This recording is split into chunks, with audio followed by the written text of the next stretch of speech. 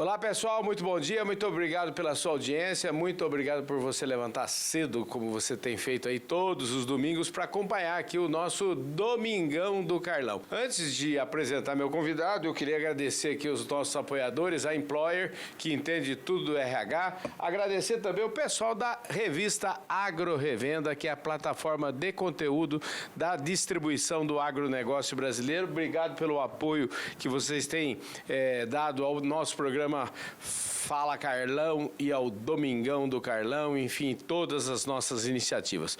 Olha, hoje a conversa aqui é uma conversa muito gostosa. Nós vamos conversar com um craque aqui do cavalo manga larga, um craque, eu diria que ele é um craque em tudo que ele faz aqui. Você fez um warm-upzinho aqui, já deu para perceber.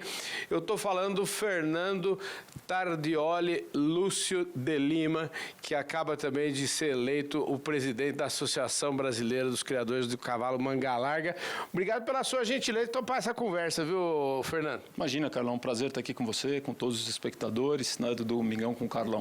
Maravilha. Escuta, gente, antes de a gente seguir nessa prosa aqui, eu queria dizer para todo mundo aí, o pessoal, que o Domingão do Carlão, Fala Carlão, tem acho que 9 anos, a gente já fez 6.500 entrevistas aí, mas a minha trajetória profissional, muita gente pode não saber, mas eu já tive muito a ver com o cavalo manga larga, e o cavalo manga larga está na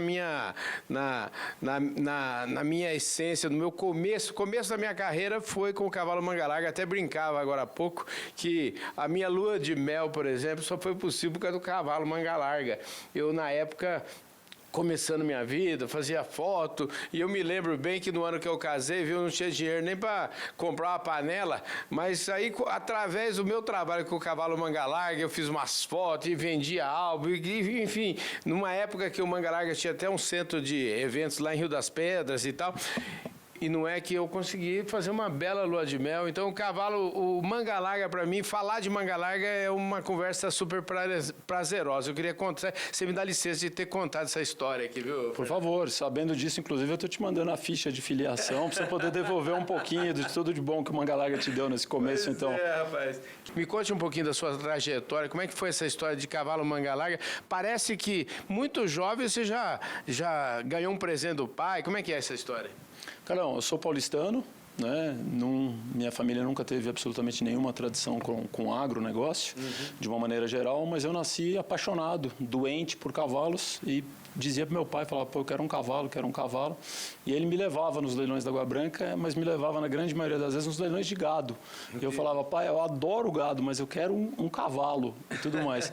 E por uma coincidência ou não, no dia do meu aniversário de 13 anos, estava tendo um leilão oficial no parque, daqueles que a associação fazia 3 dias seguidos de leilão. E lá eu ganhei a primeira égua de presente, a Fantástica, que foi o meu presente de aniversário, que foi comprada do Zé Luiz Junqueira Barros, do BI, né, meu grande amigo até hoje. E assim a gente começou a trajetória na raça manga larga. Que legal, hein, gente? Um presente de infância que virou um negócio, né?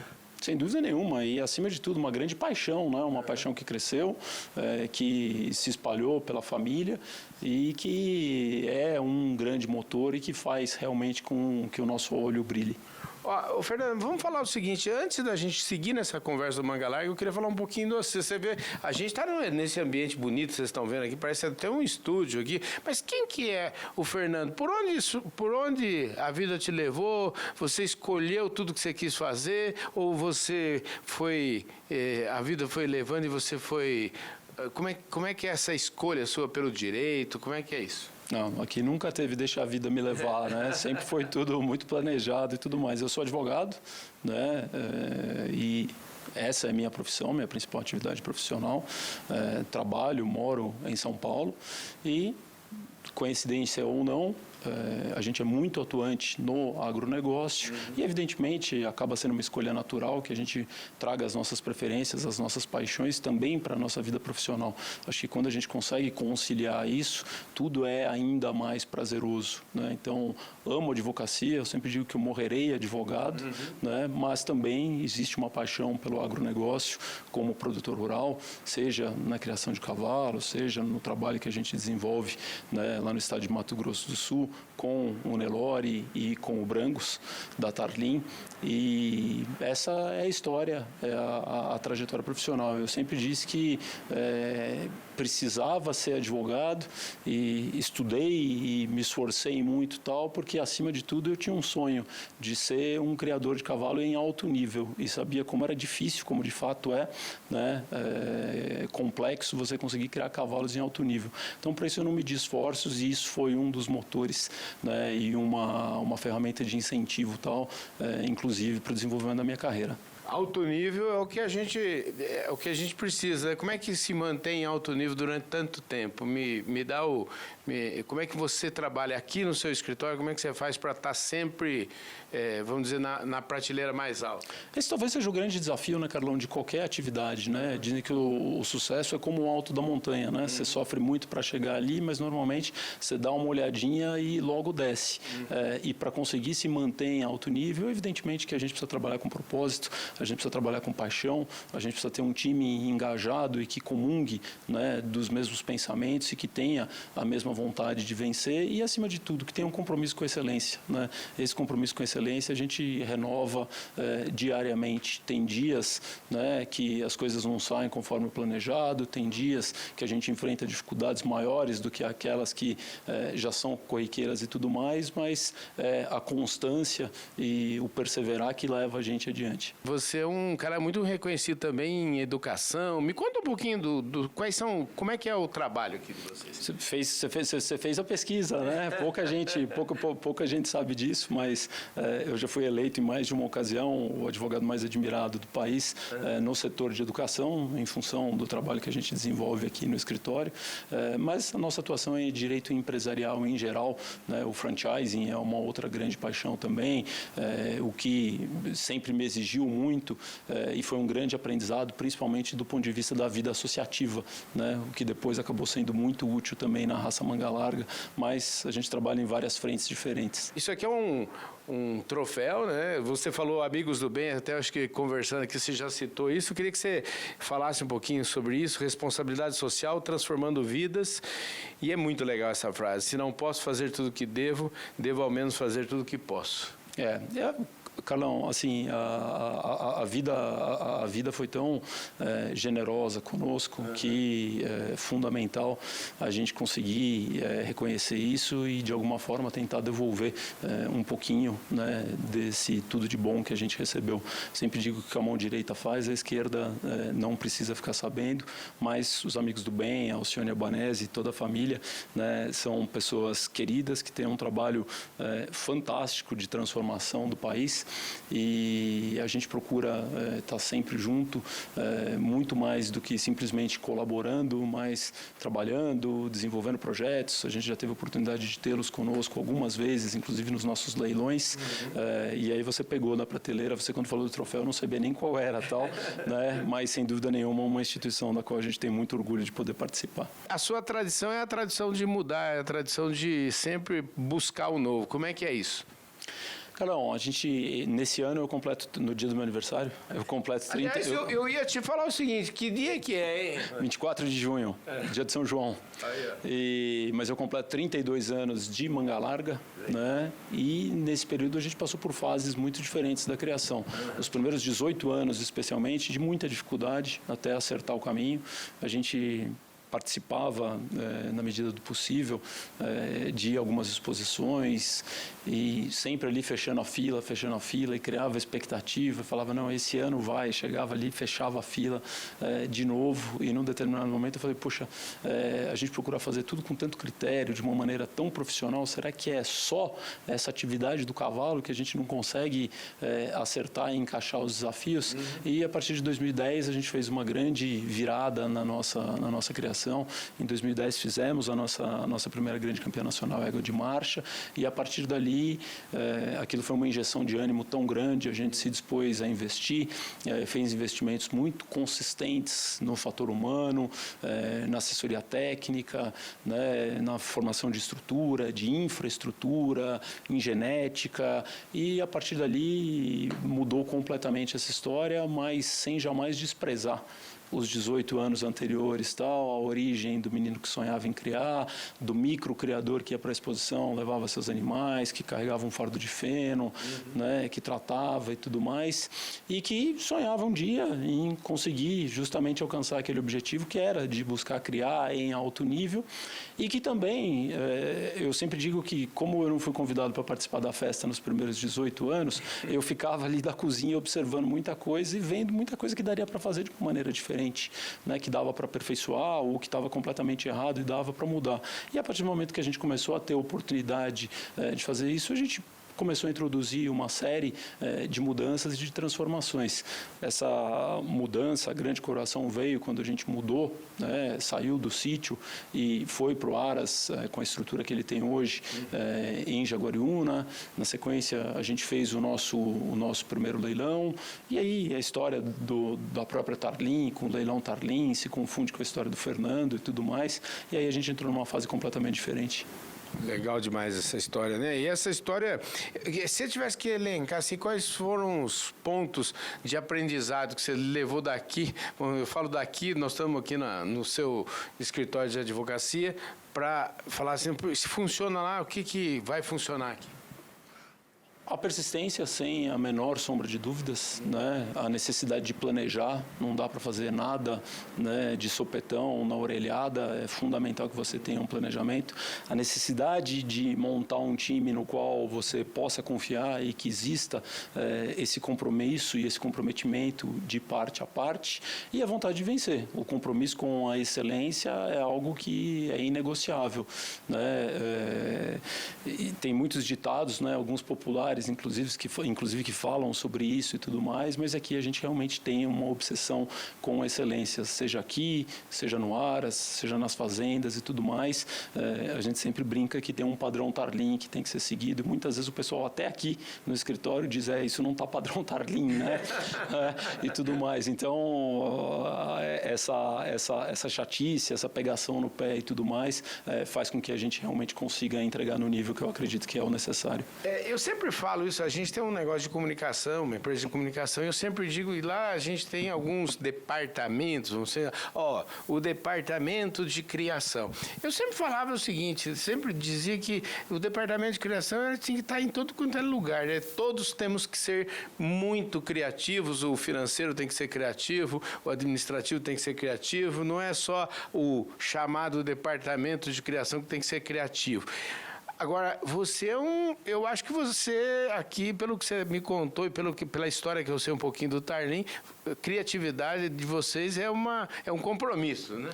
Carlão, a criatividade ela consegue suprir uma série de outras deficiências, especialmente a falta de recursos, né? Os recursos são sempre finitos, né? Sempre finitos. E com criatividade a gente acaba conseguindo sempre fazer muito mais com menos, né? E acima de tudo mostrando que muitas vezes a questão ela não é simplesmente de orçamento para que você consiga colocar um projeto vencedor de pé. Evidentemente que o investimento é necessário em todas as atividades. Mas, se fosse uma competição única e exclusivamente por quem investe mais teria os melhores resultados. E a gente vê isso no nosso dia a dia, todo santo dia, né? Seja no escritório, seja na criação de cavalos, seja em qualquer outra atividade empresarial, que não necessariamente quem faz o maior investimento tem o melhor retorno. Sim. E de longe isso é a criatividade de novo, né?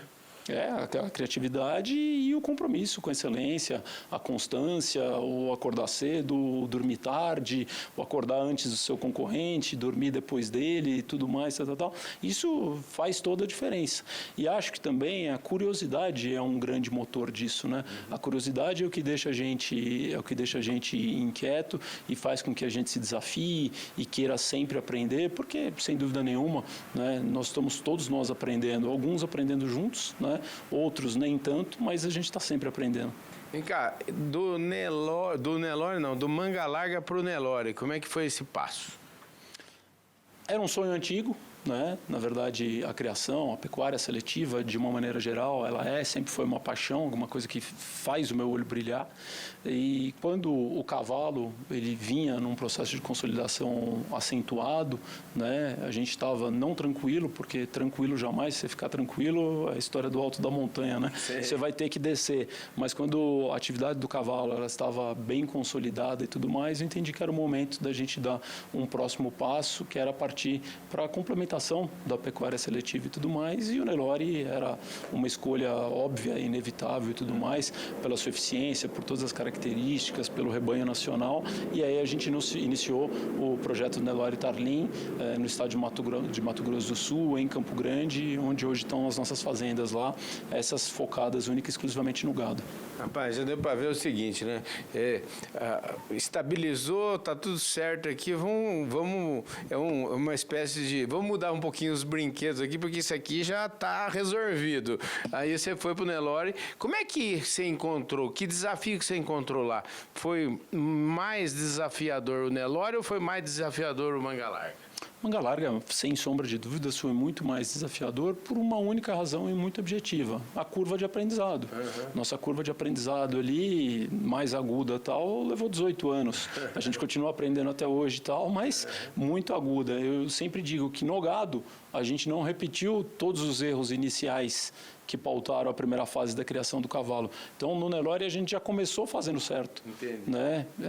Se cercando de uma série de cuidados que a gente não teve no início da criação do cavalo. Entendi. Por isso, o Nelore é um projeto que, apesar de jovem, indo para o 6º ano hoje, já caminha muito bem. Agora, e falando em caminhar muito bem, você falou do... Queria só para a gente...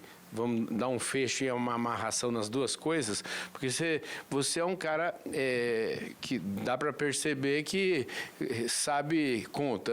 Você é um cara romântico, mas sabe matemática, ou seja, você está no negócio para... O negócio é o que a gente está falando. Tanto a criação quanto o Nelore é negócio. Quantos leilões já de Nelore, de Manga Larga, 9º ano, e o Nelore, como é que está nesse projeto? Esse ano, agora no dia 7 de março, aqui em São Paulo, nono leilão Tarlim. No Nelore, nós já fizemos 3 leilões, e para esse ano de 2024, nós já temos uma agenda definida com 4 leilões de Nelore, caminhando e acelerando na mesma velocidade da consolidação do projeto. Rapaz, vamos que vamos, né? E parece que vai ter um eventaço aqui em São Paulo. E você tá imperdível, hein, rapaz? Como é que é? Você pode repetir lá, 7 de março, aonde vai ser mesmo? 7 de março, a partir das 20 horas, no Rosewood, aqui em São Paulo. Hoje, um dos palcos mais importantes da América Latina.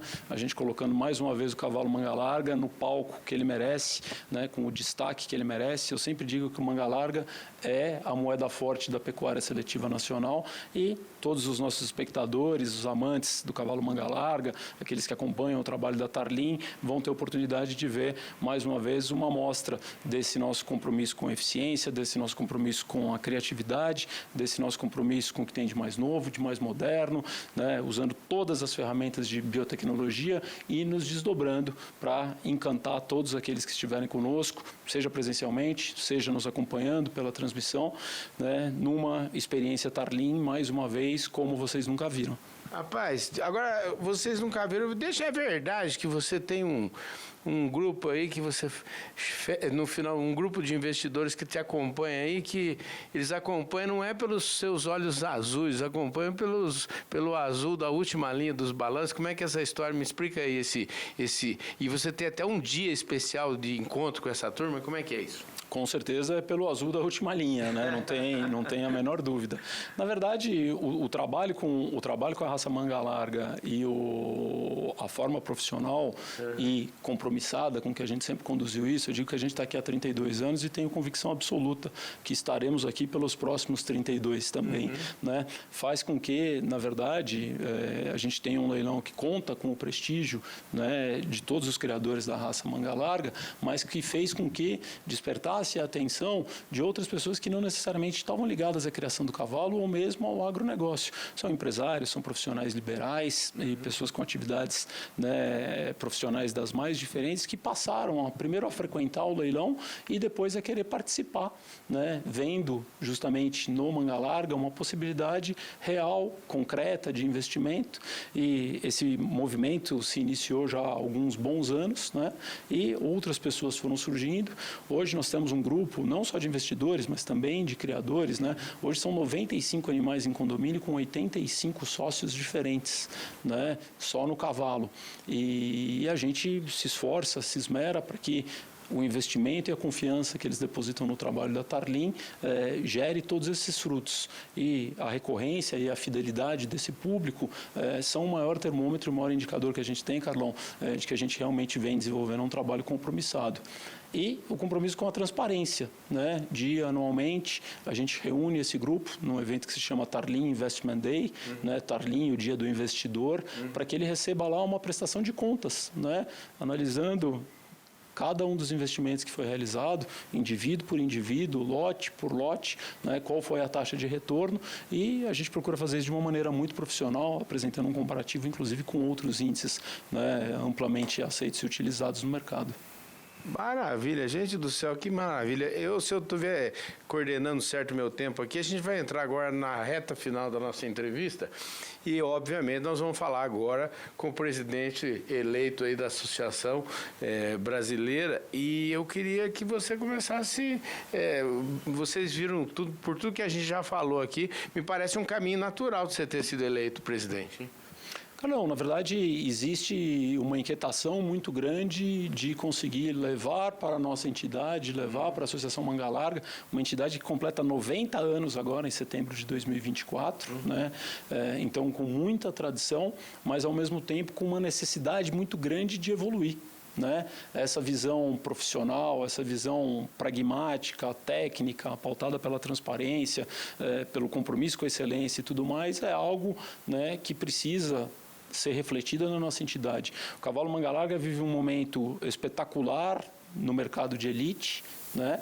A nossa associação, durante muito tempo, por razões das mais diferentes, e isso é um processo que se arrastou nas últimas décadas, né? Ela perdeu espaço, ela deixou de se profissionalizar, ela perdeu agilidade, ela deixou de focar, né, no seu associado, que ele é o indivíduo que tem que pautar a jornada de qualquer entidade, qualquer associação, ela tem que trabalhar para o seu associado, prestando serviços, facilitando a vida, fazendo fomento e ajudando na divulgação, né, do produto pelo qual nós estamos reunidos em associação, porque se a gente está numa mesma associação é porque a gente tem um interesse comum. No nosso caso, muito mais do que um interesse, nós temos uma paixão em comum. Essa paixão é o cavalo Manga Larga. Então, para que a gente possa construir ou reconstruir uma entidade à altura do nosso cavalo Manga Larga, é que eu decidi enfrentar esse desafio.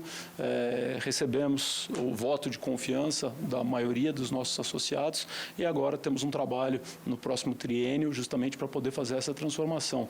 Eu disse isso muitas vezes durante a campanha, viajando o Brasil inteiro, olhando no olho do associado para entender quais eram as dores, as necessidades, as agonias, né, que nós precisamos construir 30 anos em 3 para que a gente consiga recuperar o tempo perdido, e eu não tenho a menor dúvida que nós vamos fazer. Escuta, vamos detalhar um pouquinho, gostei disso, porque você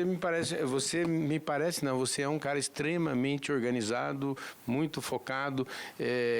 Como é que você já começou essa lida aí? Como é que vai ser esses próximos 3 anos? Vamos dividir um pouquinho. O que é mais urgente hoje? Já começamos. A eleição foi na quarta-feira, no dia 7, na quinta-feira, no dia 8, a gente já estava em reunião, procurando colocar ordem na casa e colocando. Sem dúvida nenhuma, a gente tem alguns desafios que são fundamentais já na largada. O primeiro deles é a reforma do Estatuto, né? Nós precisamos modernizar a entidade, nós precisamos destravar determinados gargalos e, acima de tudo, a gente precisa colocar governança e compliance dentro da nossa entidade, né? Então, a reforma do Estatuto, que vai ser proposta nos próximos dias, é algo fundamental para que a gente tenha condição de fazer todas as outras reformas, a reforma administrativa, a reforma financeira e a implantação de uma série de outras necessidades que a gente tem que trazer para o dia a dia do nosso associado, como o Studbook 100% 100% online, né, para facilitar a vida do criador, para diminuir os custos. Para isso, a gente precisa de uma estrutura física à altura do desafio que a gente está enfrentando. E nós vamos cumprir um dos compromissos de campanha, que era justamente a mudança da sede da associação, o nosso retorno ao Parque da Água Branca, um local histórico para o manga larguista, mas muito mais do que isso, um ponto absolutamente estratégico para a raça manga larga, que é um cavalo do Brasil, mas que tem a sua sede aqui no estado e na cidade de São Paulo, e para isso a gente vai fazer a mudança e nós vamos entregar para o associado uma nova sede à altura do nosso cavalo dentro do Parque da Água Branca. Mas eu escutei falar que não podia mais ter associação, que as associações tinham sido expulsas do Parque da Água Branca. Aquele Parque da Água Branca é um negócio, para quem conhece, é uma coisa maravilhosa, o Parque da Água Branca, né? Algo assim extraordinário. Eu mesmo tenho passagens, muita história lá. Como é que é isso? É possível? Então, ninguém avisou para você que era impossível? Como é que é isso? Não sabendo que era impossível, foi lá e fez, pois né? É, mas, na verdade, é possível e existe uma razão muito objetiva para isso, que quando houve aquele movimento de retirada das associações que estavam dentro do Parque da Água Branca, é porque o governo do estado, ele tinha o plano de concessão dos parques estaduais. Então, o que foi feito? Desocupou-se, basicamente, o parque, foi feito um edital e em lotes, os parques foram assumidos em regime de concessão pela iniciativa privada. O grupo que assumiu o Parque da Água Branca é o mesmo grupo, por exemplo, que assumiu o Parque Vila Lobos. Por quê? Porque levou esse lote dentro do programa de concessão.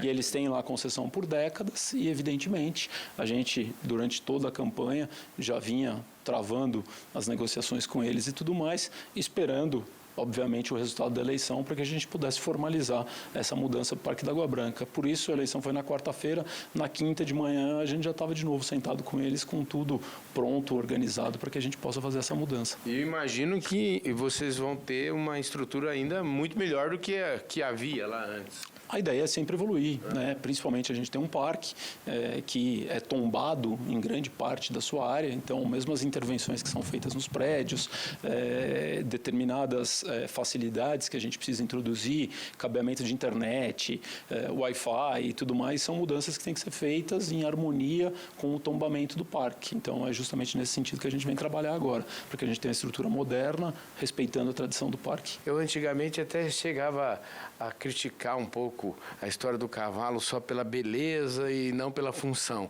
Mas, na verdade, eu acho que as duas coisas são importantes. Como é que é a sua visão desse tema?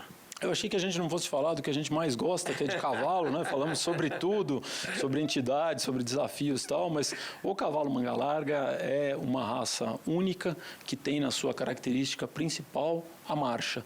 Uma marcha diferente de todas as outras raças, né? Desenvolvida em função do trabalho de décadas de criadores apaixonados, de famílias que conduziram o cavalo manga larga até aqui. E que, como todas as outras raças, não só de cavalo, mas de bovinos, qualquer tipo de seleção que se faça, ele passa necessariamente por uma evolução. Ele passa por uma evolução zootécnica, ele passa por uma evolução genética. E o cavalo manga larga chegou hoje num estágio fabuloso. Nós temos um cavalo extraordinário de sela, com uma qualidade ímpar e, acima de tudo, um cavalo belíssimo, correto, um cavalo correto de aprumos, com uma ótima morfologia. Mas a seleção e a admiração, ela se faz efetivamente com a utilização do cavalo. É na sela que nós confirmamos toda essa habilidade do cavalo manga larga e que faz com que o cavalo manga larga seja a raça melhoradora de todas as outras raças de marcha nacionais, né? Com movimentos que todos nós sabemos de utilização de genética do cavalo manga larga justamente para aprimoramento e melhoramento, inclusive de outras raças. Então, é fundamental que a gente convide a todos para que venham montar o cavalo manga larga. O cavalo manga larga que foi construído e reconstruído ao longo dos últimos 20, 30 anos. Um cavalo dócil, um cavalo de temperamento ímpar, um cavalo do peão e do patrão, mas, acima de tudo, um cavalo com uma marcha genuína, equilibrada, um cavalo ágil, equilibrado e que, se você tiver a oportunidade de montar no manga larga, você nunca mais vai querer outro cavalo. Esse foi mais um Domingão do Carlão. Muito obrigado. Eu queria agradecer imensamente ao pessoal da Employer, a Employer que entende tudo do RH, e também o pessoal da plataforma Agro Revenda. Obrigado pelo apoio ao nosso programa. Um forte abraço para todos vocês. A gente se vê com certeza domingo que vem por aqui.